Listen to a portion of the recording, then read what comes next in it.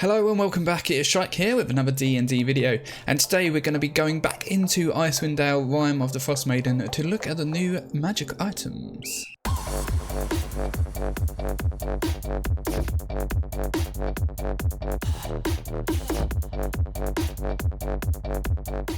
So we are going to be looking at the magic items in Icewind Dale, Rime of the Frostmaiden, which includes a scroll of TARRASQUE summoning and a scroll of Comet, which literally means you can make a comet hit the world. No, I am not joking. These were my live reactions that I streamed over on Twitch, so if you want to come and watch some of my future streams and interact with me, go over to my Twitch channel and make sure to hit the follow button, and then you'll be notified when I go live again. I also upload videos here on YouTube twice a week, which are all based around improving your game, keeping up with the news of Dungeons & Dragons, and taking part in discussions about Dungeons & Dragons topics. So make sure to hit the subscribe button if that interests you at all. But without further ado, here are the magic items in the new book. What is this? An abracadabrus? Okay, it's very rare.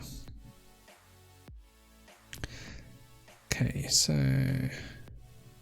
something to do with...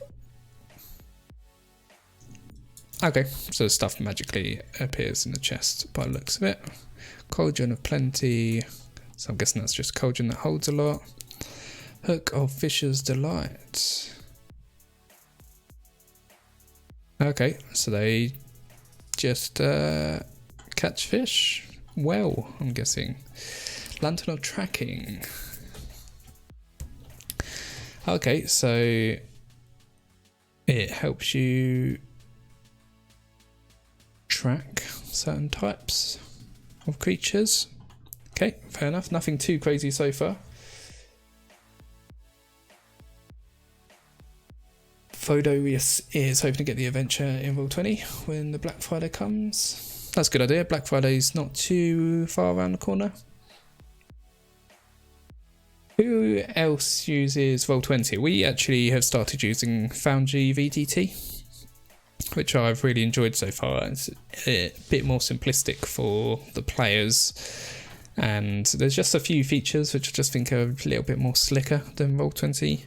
But I'm actually going to be, one of my next videos is going to be an overview of Foundry VTT. I've gone over everything it can do and the capabilities. So go across to my YouTube channel and subscribe if you want to see that. But yeah, if anyone else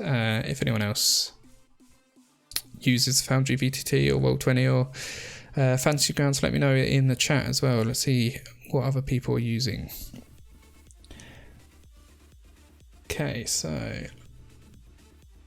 oh yeah, Puck saying the lantern helps if you're missing a ranger. That's a good point. I feel like they spoke a lot before they actually released the book about weather conditions and tracking and stuff like that, so I'm gonna assume they're expecting everyone to have a ranger, maybe. It's interesting because in my games I don't put in much in the way of like getting lost, and that's part of the game. So rangers I've had to change because a lot of their kit is around not getting lost and travelling at speeds and stuff like that, which I generally don't put in the game a lot. So we've had to shake up the ranger a little bit. Okay, so Professor Orb is rare, has extensive knowledge for 4 narrow academic subjects. Okay, fair enough, so it's a sentient item. And there's Professor Scant, who I'm assuming is the person in the item.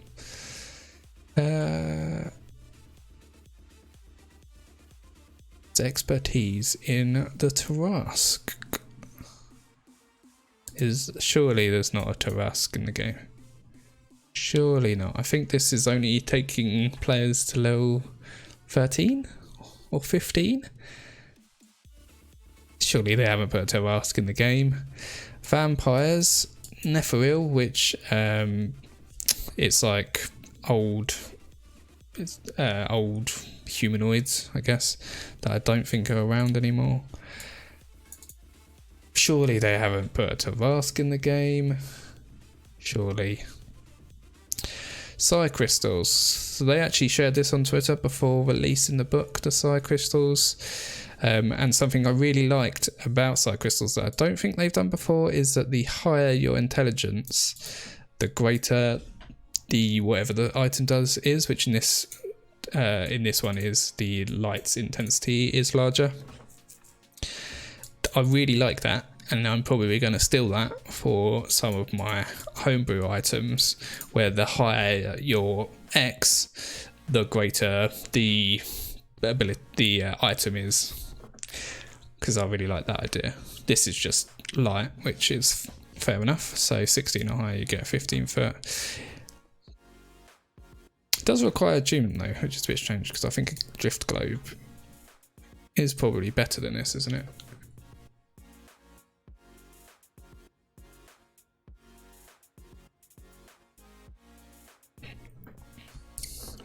Yeah, Puck, that's a good point. Rangers are generally just ranged fighters in most games, and not a lot of people go into the whole wilderness exploration and get lost. Yeah, I would say that is very... I would say my games, they're more like nature ranged fighters, so I try to still add the nature elements into it, but just not the exploration and getting lost and stuff like that.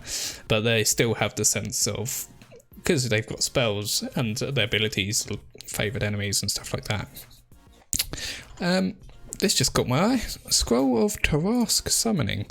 So, I just clicked the button. So, Chris Perkins tweeted this before the book came out, and me, along with probably a lot of other people, thought it was a joke. But it's not. That is a scroll that summons a TARRASQUE. Where in the story is this going to come up? Surely, because the players aren't going to be able to fire TARRASQUE if it only takes you to level 13. So I wonder if that's like one ending, maybe? Like they can get this and just unleash it on Oriel and on 10 towns and walk off into the sunset, although there's no sun.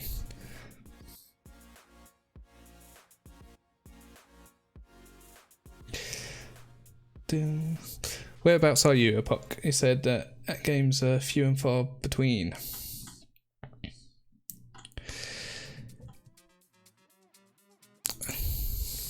Okay, so we've gone from Scroll of TARRASQUE Summoning to Scroll of the Comet. By using an action to read the scroll, you cause a comet to fall from the sky and crush to the point you can see up to 1 mile away from you. What? What are these two scrolls? Do they just want the players to end the game? Is that what's happening here? I'm confused. How much damage does it do? It's actually quite funny that they allow the players to do a DC 20 dexterity saving throw for a comet falling out of the sky. Doing 30 d10 force damage. You know what? You can survive that. That's not like insta-death for everyone. There's some barbarians, maybe druids, who could survive that.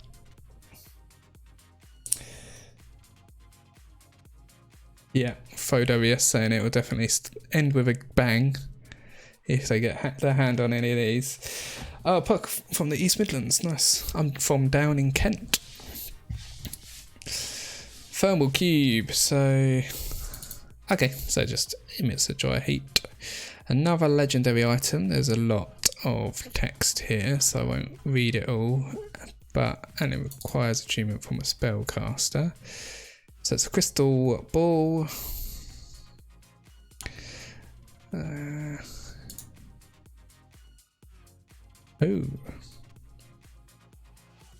So it moves on the same plane of existence as whatever that is.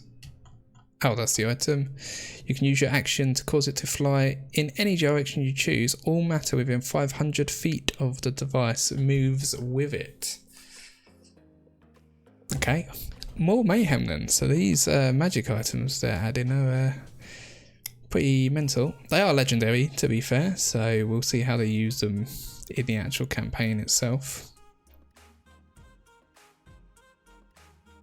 Okay, so it's another one of those. Oh, okay, I get it. So I was envisioning it as like a crystal ball, like a arcane focused for a wizard, but it's not. It's this big old